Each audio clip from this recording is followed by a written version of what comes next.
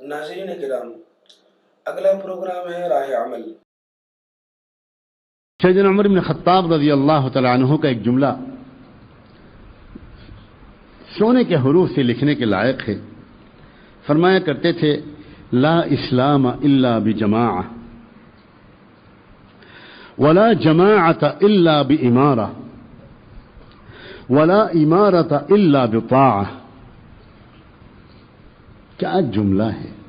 لا اسلام الا بجماعہ، اسلام اس وقت تک نہیں وجود میں آ سکتا جب لوگ ایک باقاعدہ اجتماعی طور پر ایک منظم جماعت کے طور پر زندگی نہ گزاریں۔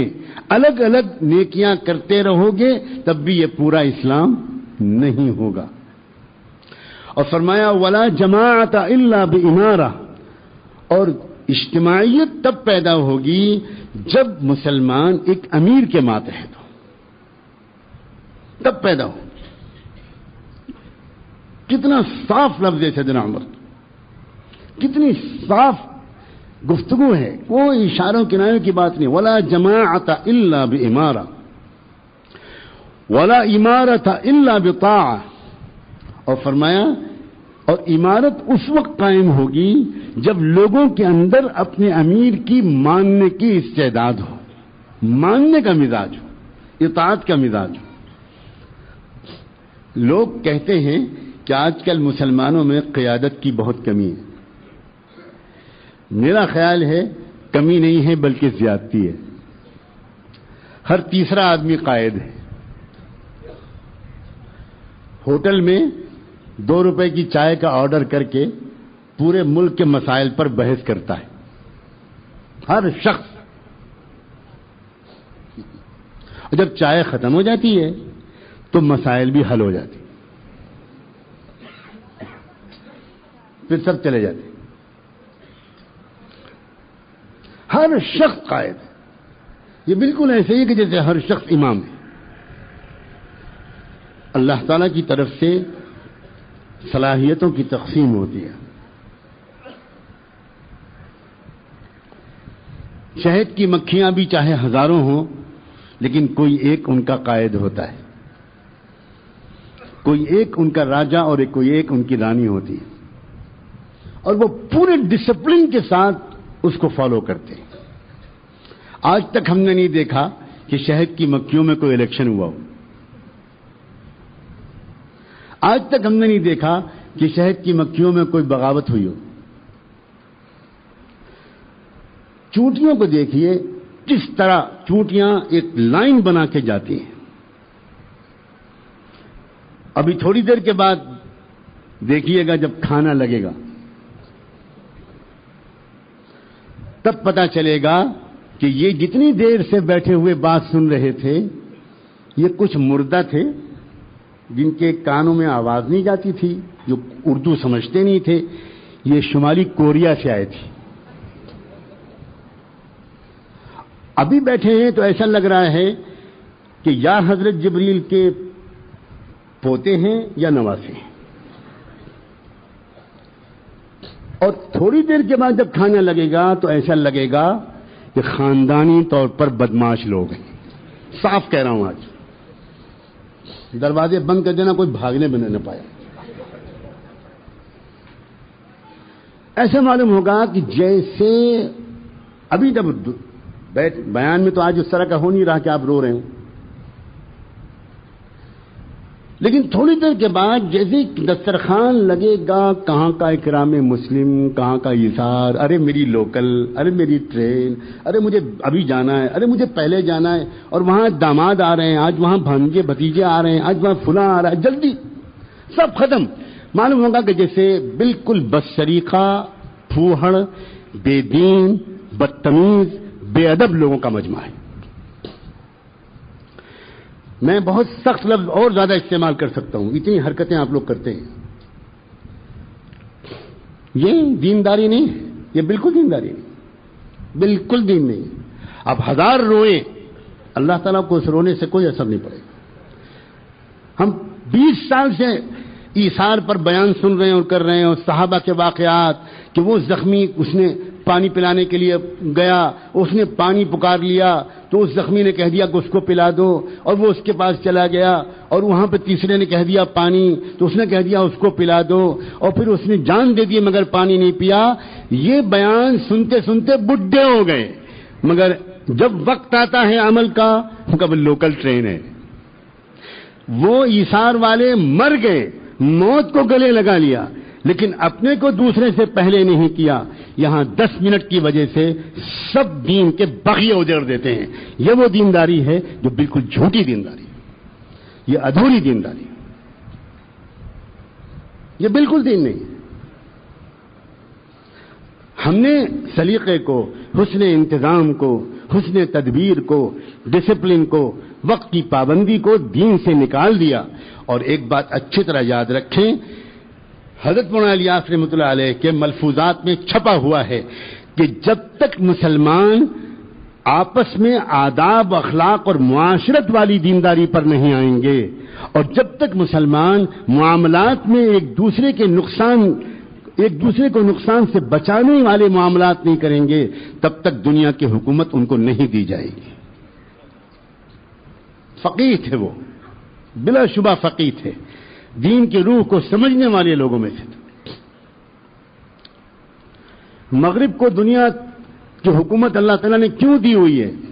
ان تمام بےہودیوں کے باوجود، وہ تمام شرابیوں کے باوجود، تمام زنا کے باوجود، تمام عریانیت اور بدتمیزیوں کے باوجود مغرب کو دنیا کا اقتدار اس لیے دیا ہوا ہے کہ ان کا بچہ بھی جب اسکول کی بس میں چڑھتا ہے تو لائن لگاتا ہے، کبھی آگے نہیں بڑھتا۔ میں نے اپنی آنکھوں سے کئی بار یہ منظر امریکہ میں اور یورپ میں دیکھا کہ صبح 7 بجے کا وقت ہے، 7:45 ساڑھے 6 بجے کا وقت ہے، سخت سردی بھی ہے، بچے سڑک کے کنارے ایک اسٹاپ پر اسکول کی بس کے انتظار میں ہیں، اپنا بیگ رکھ کر آپس میں کچھ کھیل رہے ہیں، لیکن جیسے ہی بس آتی ہے کوئی کچھ کرتے ہی نہیں، ایک دم سے بچے کیوں لگا لیتے ہیں، لائن لگا لیتے ہیں، اور بس کا کنڈکٹر وہ دروازے پر آتا ہے، یس، بس وہ ایک مرتبہ یس کہتا ہے، اگلا بچہ آ کر اپنی سیٹ پر بیٹھ جاتا ہے۔ جب وہ آ کر اپنی سیٹ پر بیٹھ جاتا ہے تب یہ کہتا ہے نیکسٹ، پھر دوسرا بچہ آتا ہے، پھر آ کے اپنی سیٹ پہ بیٹھ جاتا ہے۔ کوئی دھکم پیل نہیں ہوتی، کوئی اکرام مسلم کا بیان انہوں نے نہیں سنا، کوئی ایثار کے واقعات اور فضائل انہوں نے نہیں سنے، کوئی مصنوعی آنسو انہوں نے نہیں بہائے، لیکن ان کو اپنے ماں باپ سے ایک تربیت ملی ہے کہ ڈسپلن کے ساتھ اپنا کام کیا کرو۔ ہم 50 سال سے دین کا بیان سن رہے ہیں، اتنی سی عادت ہماری نہیں بدلی، یہ کیا دین کا بیان ہے؟ یہ کون سا دین ہے؟ یہ بالکل دین نہیں، یہ بالکل دین نہیں۔ نہ ہمیں لائن لگانا آتا، نہ ہمیں کسی کا انتظار کرنا آتا۔ ہمیں عجیب حالت ہے، اگر ایک مسجد سے نکلتے ہیں جمعے کی نماز پڑھ کے اور مسجد کا دروازہ تنگ ہے تو پھر بوڑھے لوگوں کا نکلنا قیامت ہو جاتا ہے، مصیبت ہو جاتی ہے۔ ہر شخص چاہتا ہے کہ وہ پہلے نکلے۔ ایک مسجد میں بھی دیکھنے کو آنکھیں ترس گئیں کہ نمازیوں نے لائن لگائی ہو اور سلیقے سے نکلے ہوں۔ کہا جاتا ہے کہ یہ لائن لگانا یہ یہود و نصارہ کی علامت ہے۔ یعنی کیا مطلب؟ حضور کے امتی کی علامت تو دہشت گردی ہے، حضور کے امتی تو بد سلیقہ ہوتے ہیں۔ یہ وہ چیز ہے، اس کو دور کرے۔ میں اس بات سے ڈر رہا ہوں، اپنے اندیشے کو کھل کر رکھنے کی جرت پاتا ہوں کہ ایک دور ایسا آیا جس میں لوگوں نے دین کے لیے جماعتوں میں نکلنے کو دین سمجھا، چاہے ان کے معاشرت خراب ہو، چاہے معاملات خراب ہوں، چاہے وہ سودی کاروبار کرتے رہیں، چاہے وہ ان کے گھر کی لڑکیاں بے پردہ رہیں، چاہے شادیوں میں فوٹوگرافری ہو، چاہے کچھ بھی ہو، لیکن اگر چلہ لگ رہا ہے تو آپ دیندار ہیں۔ خدا پاک کی قسم، یہ دین میں تحریف ہے، یہ دین میں انحراف ہے۔ اب مجھے دوسرا ڈر لگ رہا ہے، جب جیسے جیسے بیعت ہونے کا رواج، جیسے جیسے مجالس میں رواج آنے کا بڑھ رہا ہے، اب مجھے دوسرا ڈر لگ رہا ہے کہ اب بیعت ہونے کا بھی فیشن ہو جائے گا، خانقاہ میں بھی آنے کا فیشن ہو جائے گا، اور اصلی دین پہلے بھی دور کھڑا حسرت سے دیکھتا رہا، دوسرے دور میں بھی حسرت سے کھڑا دیکھتا رہے گا۔ اللہ اس دور سے بچائے۔ یہاں 10 لوگ آئیں لیکن دین کو سیکھنے کے لیے آئیں، بھیڑ بالکل نہیں چاہیے۔ دین لائیے زندگیوں میں، اور دین کا مطلب سلیقہ لائیے، حسن انتظام لائیے، وقت کی پابندی لائیے، وعدے کی وفا لائیے، دوسرے کی عزت کا احترام کیجئے، دوسرے کی آبرو کا احترام کیجئے، جھوٹ مت بولیے، بہتان مت لگائیے، دل مت دکھائیے، اور اپنے بچوں کو صحیح تعلیم دلائیے۔ یہ ہے دین۔ یہ ہے دین. ذکر کا مقصد بھی یہی ہے کہ یہ والا دین زندگی میں آئے، اور اللہ کے راستے میں نکلنے کا مقصد بھی یہی تھا کہ یہ والا دین زندگی میں آئے. رہ گئی رسم اذاں روح بلالی نہ رہی. ورنہ دعوت کے کام میں جو پورا تربیتی نظام ہے، رب کعبہ کی قسم، اگر کوئی شخص اس پورے تربیتی نظام سے صحیح طور پر وابستہ ہو تو اعلیٰ درجے کا پورا دین اس کی زندگی میں آ جائے گا. کیا دعوت کے نظام میں یہ نہیں سکھایا جاتا کہ جب مسجد میں داخل ہو تو پہلے مسجد کے ذمہ داروں سے اجازت لو؟ کیا یہ نہیں سکھایا جاتا کہ جب مسجد میں داخل ہو تو اپنی مرضی سے پنکھا مت چلاؤ، اپنی مرضی سے پانی کو برباد مت کرو؟ کیا دعوت کے نظام میں یہ نہیں سکھایا جاتا کہ اپنے بستروں کو سلیقے کے ساتھ مسجد کے ذمہ داروں کی بتائی ہوئی جگہ پر کونے میں رکھو، ڈسپلن کے ساتھ رکھو، اس کے اوپر ایک چادر اور کمبل اڑا دو، بس سلیقے کے ساتھ اپنے چپلوں کو مت اتارنا، اپنی جوتیوں کو مت اتارنا، مسجد کو گندا مت کرنا؟ دعوت کے نظام میں یہ نہیں سکھایا جاتا کہ مسجد کے بیت الخلاؤں کو خود صاف کرنا؟ اللہ کا شکر ہے اس عاجز میں 20-30 سال دعوت کے کام میں بہت وقت لگایا ہے. مہینوں پھرا ہوں، پہاڑی علاقوں میں گیا ہوں، پیدل گیا ہوں، 3-3, 4-4 کلومیٹر پہاڑ پر سے آج پہلی مرتبہ یہ بات مجلس میں بیان کر رہا ہوں. ایسے علاقے میں ہماری جماعتیں بھیجی گئیں جہاں مجھے خود جماعت کے خادم کی حیثیت سے 3-3 کلومیٹر پہاڑ پر چڑھ کر 2-2 بالٹیوں میں پانی لے کے اوپر جانا پڑتا تھا. لیکن وہ دعوت کام کچھ اور تھا جس میں ہماری تربیت ہوئی. اس میں چپل ٹیڑھے رکھنے پر ہمارے امیر کی گرفت ہوتی تھی. ہمارے حضرت مولانا سعید احمد خان صاحب جن سے اس عاجز نے دعوت کا کام سیکھا، جو حضرت مولانا الیاس رحمۃ اللہ علیہ کی نسبت کی شاید سب سے بڑے حامل تھے، جو عجیب و غریب صفات کے عابد ہیں، جن لوگوں نے حضرت مولانا الیاس کو دیکھا وہ قسم کھا کے کہا کرتے تھے دل چھوٹا مت کرو، تم نے اگر حضرت مولانا الیاس کو نہیں دیکھا لیکن تم حضرت مولانا سعید احمد خان صاحب کو دیکھ رہے ہو، بس اس پر شکر ادا کرو، نسبت الیاسی کے بہت بڑے حامل ہیں. یہ کیا اخلاق تھے، کیا اوصاف تھے. وہ جو ہدایات دیا کرتے تھے ہم لوگوں کو وہ یہ کہ مسجد پوری دھو کر واپس آنا، مسجد میں صفائی کر کے واپس آنا، مسجد میں 1-2 چٹائیاں تحفے کے طور پر اگر دے سکو تو متولی کی اجازت سے دے کر آنا، مسجد کے بیت الخلاؤں کو دھو کر آنا، مسجد میں کوئی گندگی کر کے مت آنا، مسجد کا ایک بلب بغیر اجازت مت جلانا. یہ ہے دعوت کا کام. مشورے کا جو نظام دعوت کے کام میں سکھایا جاتا ہے، یہ عاجز کہا کرتا تھا کہ اگر امت کو مشورے کا نظام پر عمل کرنا آ جائے تو یہ امت سلطنتیں چلا سکتی ہے. کیا پیارا مشورے کا نظام ہے. لیکن اب کیا بتائیں کیا ہو گیا ہمارا تو حال یہ ہے کہ جو چیز ہم سے ٹچ ہوتی ہے وہ خراب ہو جاتی ہے. ہم اتنے سڑ گئے ہیں، اتنے بدبودار ہو گئے ہیں اور اتنے ضدی ہو گئے ہیں، اور عجیب کیفیت ہماری ہو گئی ہے، عجیب کیفیت ہے. اعلیٰ سے اعلیٰ کام ہمیں ملتا ہے، ہم اس کا بھی ستیہ ناش کر دیتے ہیں بجائے اس کی اصلاح کرنے کے. کیونکہ یہ خانقاہی نظام کی شروعات ہے. میں ہر جگہ جہاں جا رہا ہوں میں قوت کے ساتھ یہ بات کہہ رہا ہوں، دیکھو مراقبہ مقصود نہیں ہے، صبح و شام کے معمولات مقصود نہیں ہے، معمولات اللہ کی شریعت پر عمل کرنے کے استعداد پیدا کرنے کے مقصود عمل ہے. عمل سے زندگی بنتی ہے جنت میں جہنم. عمل ٹھیک کرو، اور عمل کا مطلب گھر کا رہن سہن بھی ٹھیک کرو، بیوی سے بات چیت کرنے کا انداز بھی ٹھیک کرو، بچوں سے پیار کا انداز بھی ٹھیک کرو، گھر کے برتنوں کو سلیقے سے رکھو، گھر کی چادروں کو سلیقے سے رکھو. اس علاقے کے اندر میں 5-6 سال سے ہوں. میں بمبئی اور اس علاقے کے لوگوں کی ایک بڑی بیماری بے پناہ فضول خرچی اور بے پناہ اسراف بھی دیکھتا ہوں. کیونکہ اللہ نے لوگوں کو یہاں پیسے دے دیے ہیں، اس لیے ان کو کچھ خبر نہیں ہوتی کون سی چادر کہاں ہے، کون سا رومال کہاں ہے، کون سا کپڑا کہاں ہے، کون سے موزے کہاں ہیں. ایک ایک دھاگے کے بارے میں اللہ کے ہاں حساب ہوگا.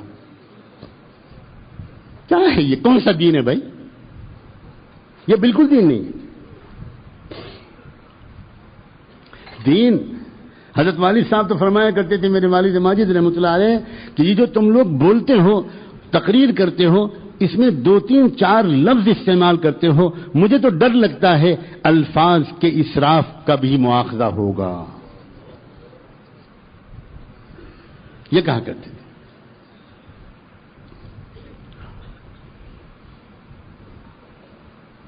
اس لیے اللہ کے بندو اس تلخ کرامی کا برا نہ ماننا. لیکن بتاؤ یہ باتیں اگر صاف نہیں کہی جائیں گی تو کبھی سمجھ میں آئیں گی، کبھی سننے میں آئیں گی؟ ذہن میں نہیں آتا، ذہن میں نہیں آتا. جتنے خرچے میں آج ایک انسان اپنی فیملی کو چلاتا ہے، اس خرچے میں اگر وہ سنت کے مطابق، شریعت کے مطابق اچھی کشادہ انداز سے مگر سلیقے اور کفایت شعاری کے ساتھ زندگی گزارے تو اسی خرچے میں دوسرے غریب خاندان کو وہ 2 وقت کی روٹی کھلا سکتا ہے۔ ہر چیز میں اللہ تعالیٰ کا دین ہمیں کچھ سکھاتا ہے۔ اس لیے ایک بات آج یہ اس بات کا فیصلہ کیجئے کہ اپنے بچوں کی تعلیم کے لیے خوب سوچ سمجھ کر فیصلہ کریں گے۔ اپنے بچوں کو وہ تعلیم دلائیں گے جس میں ان کا ایمان پہلے محفوظ ہو۔ صاف بات، بالکل صاف بات۔ ایمان کو، اسلام کو خطرے میں ڈال کر ہم دنیا کی کوئی منفعت حاصل کرنے کا ارادہ نہ کریں۔ اور جب کوئی یہ ارادہ کرتا ہے اور مخلص ہوتا ہے اور وفا کے ساتھ اس ارادے کو نبھاتا ہے تو اللہ تعالیٰ اس کی اولاد میں برکت عطا فرماتا ہے۔ اور پھر انشاءاللہ آپ یقین مانیں کہ وہ اولاد جس کے ایمان کو آپ نے ترجیح دی وہی اولاد آگے چل کر آپ کے بڑھاپے کا سہارا بنے گی۔ ورنہ آج 80-90% ماں باپ اپنے بچوں کو پڑھاتے ہیں ان ارادوں کے ساتھ کہ یہ بڑھاپے میں میرا سہارا بنیں گے، لیکن وہی بچے بوڑھے ماں باپ کو چھوڑ کر الگ ہو جاتے ہیں۔ اور جن بچوں کے دینی تربیت ہوتی ہے اور دینی تعلیم ہوتی ہے وہ مرتے دم تک اپنے ماں باپ کو نہیں چھوڑتے۔ اور انسان کو اصل ضرورت بچوں کے پیسوں اور کمائیوں کی نہیں ہوتی، بچوں کی محبت کی ہوتی ہے، بچوں کی وفا کی ہوتی ہے، بچوں کے ادب کی ہوتی ہے۔ بڑھاپے میں اصل ضرورت اس کی ہوتی ہے کہ کوئی ہو جو خدمت کرے، کوئی ہو جو پانی پلائے۔ ہو سکتا ہے کچھ مہینے معذوری میں گزرنے پڑیں، ہو سکتا ہے کہ کچھ وقت ایسا ہو کہ ہم بستر پر پڑے ہوں، اپنے ہاتھ سے اٹھ کر پانی بھی نہ پی سکیں۔ اس وقت اگر ہمارا بچہ سعادت مند ہوگا اور اس کے اندر آخرت کی فکر ہوگی تو پھر وہ خوب وقت ہمارے پاس بیٹھ کر خدمت کرے گا اور اس کے زیر اثر اس کی بیوی بھی بڑی سعادت مندی کے ساتھ خدمت کرے گی۔ تو تعلیم کا مسئلہ بہت اہم ہے، بہت اہم۔ میں نے آپ کو ذرا سا ذکر چھیڑا تھا کہ جب ملک میں اس وقت وہ قانون بنا تو اس وقت سب سے پہلے اور سب سے زیادہ بے چین ہونے والوں میں شاید ایک بزرگ تھے، حضرت مولانا ریاض رحمۃ اللہ علیہ۔ بہت بے چین ہو گئے اور انہوں نے ارادہ کیا کہ ایک بڑا جلسہ کیا جائے اور اس جلسے میں سارے علماء بلائے جائیں اور اس جلسے میں شیخ الاسلام حضرت مدنی بھی شریک ہو جائیں، اس لیے کہ شیخ الاسلام حضرت مدنی سیاست کے میدان میں کام کر رہے تھے اور ان کا وزن تھا، تو حضرت مولانا الیاس یہ چاہتے تھے کہ اس میں وہ بھی شریک ہو جائیں اور پوری قوت سے یہ کہیں کہ کسی قیمت پر ہم کو جبری تعلیم کا یہ قانون منظور نہیں ہے، ہم اپنے بچوں کو وہ تعلیم دلائیں گے جو ہم چاہتے ہیں مناسب اور ضروری، ہم وہ دلائیں گے، یہ ہمارا حق ہے، یہ حق ہمارا چھینا نہ جائے۔ اتنی فکر کی حضرت مولانا الیاس رحمۃ اللہ علیہ نے، یہ سوچ کر کہ خود میں حضرت مدنی سے اگر کہوں گا تو شاید وہ معذرت کر دیں، اس لیے کہ میں ان سے اس طرح اصرار نہیں کر پاؤں گا۔ بہت ادب کرتے تھے یہ حضرات ایک دوسرے کا، بے حد ادب کرتے تھے۔ ان کی محنت کا میدان دوسرا تھا، ان کی محنت کا میدان دوسرا تھا، لیکن دونوں ایک دوسرے کے بے پناہ عاشق اور شیدائی اور بے پناہ قدردان تھے۔ اللہ اس مزاج کو بھی امت میں واپس کر دے۔ اس حد تک تھے کہ سوچئے ذرا، بجنور کا ایک واقعہ ہے، مغربی یو پی کا شہر۔ حضرت مولانا الیاس رحمۃ اللہ علیہ ایک جماعت لے کر بجنور پہنچے،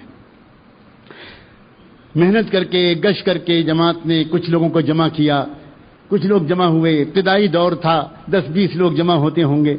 ان کے سامنے حضرت مولانا الیاس رحمۃ اللہ علیہ کچھ بات شروع کرنے جا رہے تھے کہ کسی نے آ کے کان میں کہا کہ حضرت شیخ الاسلام مولانا مدنی رحمۃ اللہ علیہ اس وقت بجنور میں موجود ہیں اور ایک جلسہ ہو رہا ہے اس میں ہیں۔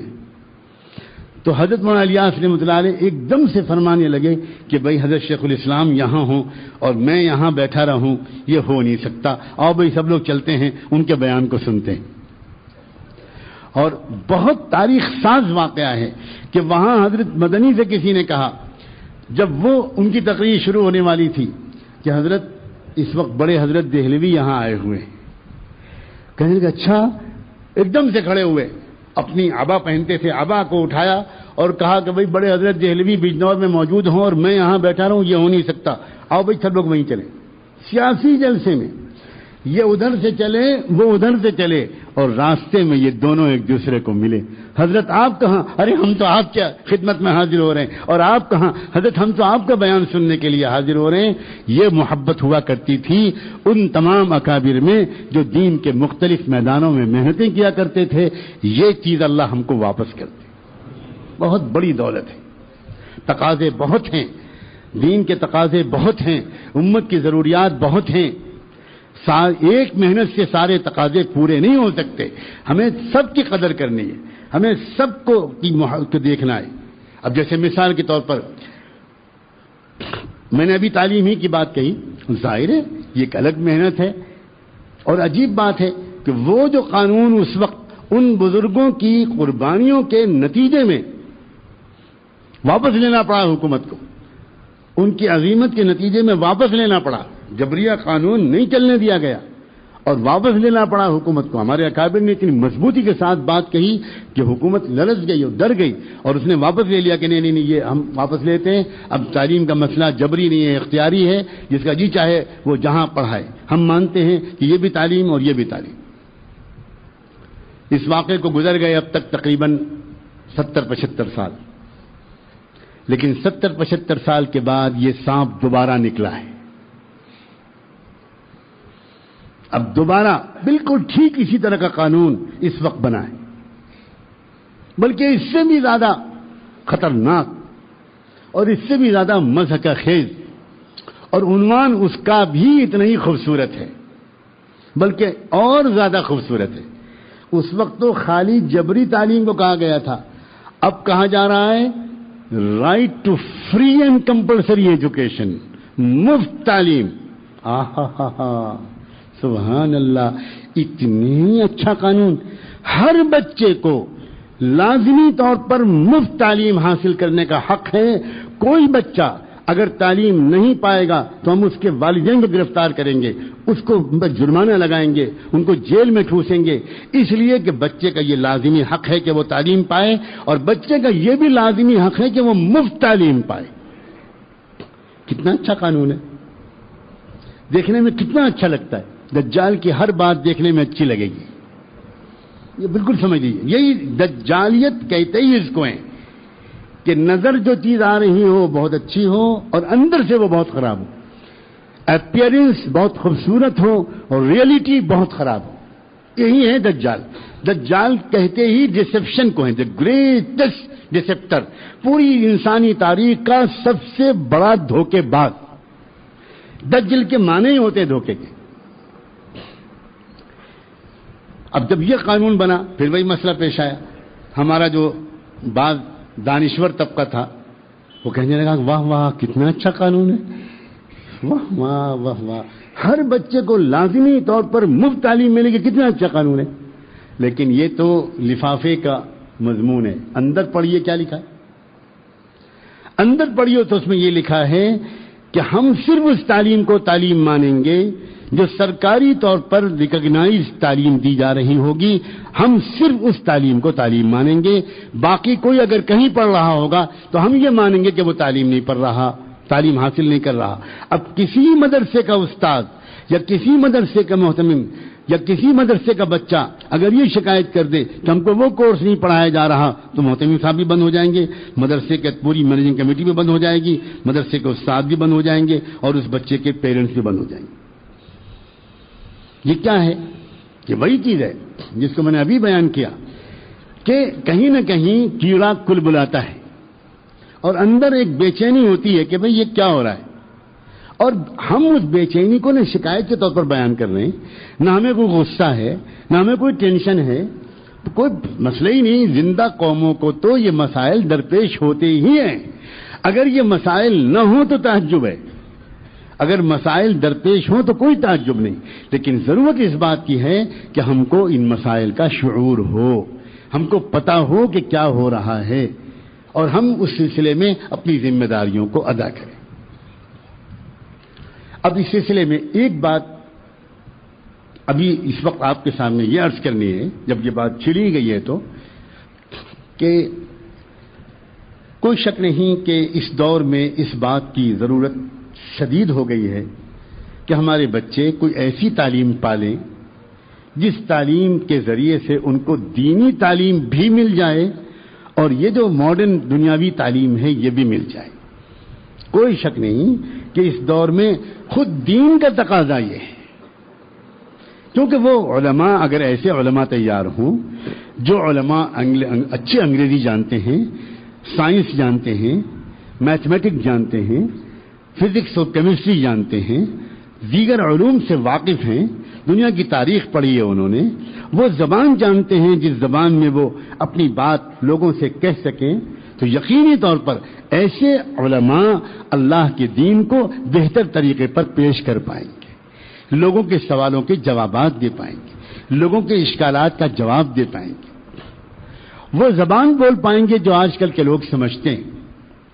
ورنہ عام طور پر ایک بڑا مسئلہ یہ بن جاتا ہے کہ بعض وقت ایک عالم سمجھانا بھی چاہتا ہے تو وہ زبان بولتا ہے جو مدرسے کا حلقہ تو جانتا ہے لیکن ایک کالج کا پڑھا ہوا اس زبان کو نہیں سمجھ پاتا، تو چنانچہ ایک گیپ ہوتا چلا جا رہا ہے.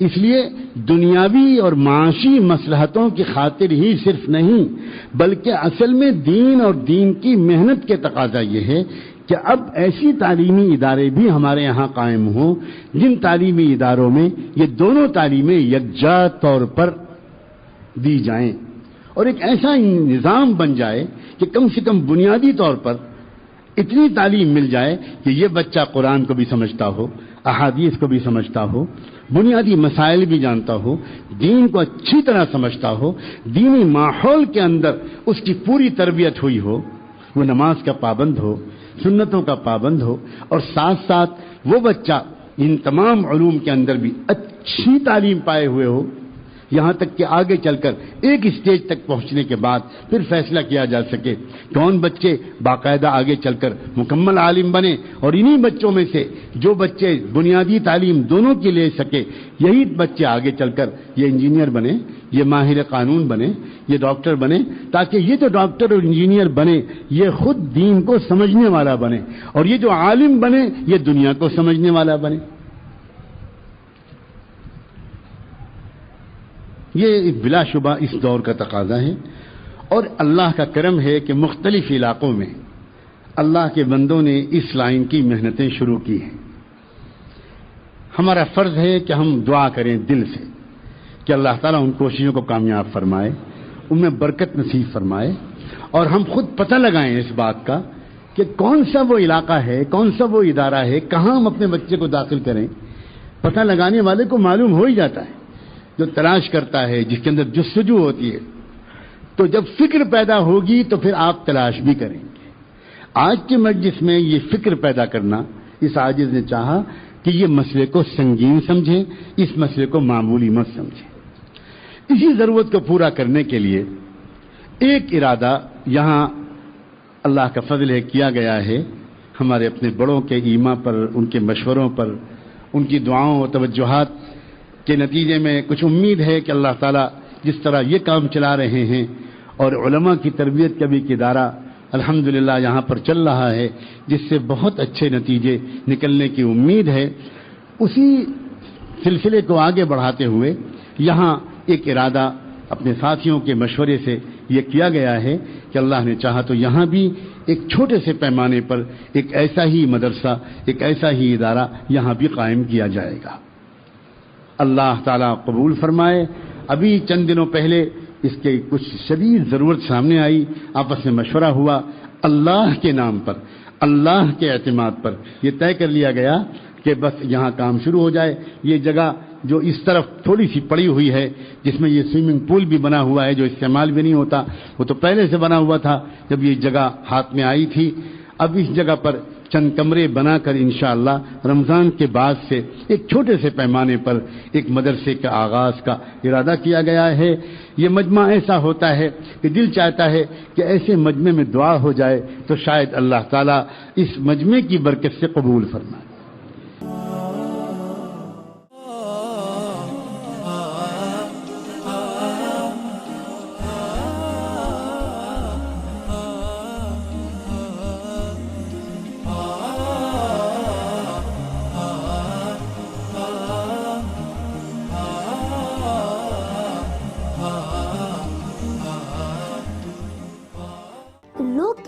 کھانا ضائع کرتے ہیں، اپنے دسترخوان کو سجاتے ہیں اور کہیں پر لوگوں کے پاس کھانے کے لیے ان کچروں میں گھسنے کے سوا کوئی چارہ نہیں۔ اگر کھانا بچتا ہے تو کیا اسے کچرے میں پھینکنا صحیح ہے؟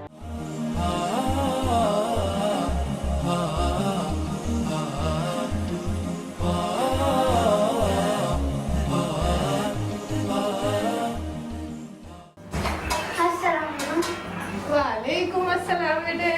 امی، جی بیٹا۔ وہ افطاری بچی ہے؟ جی بیٹا بچی ہے۔ وہ تھوڑی سی دے دیں، مجھے نا کسی کو دینا ہے۔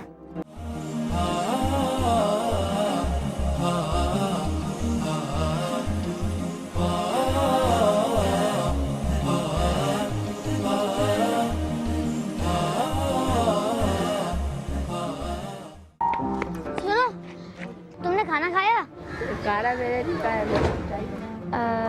تم یہ کھا لو۔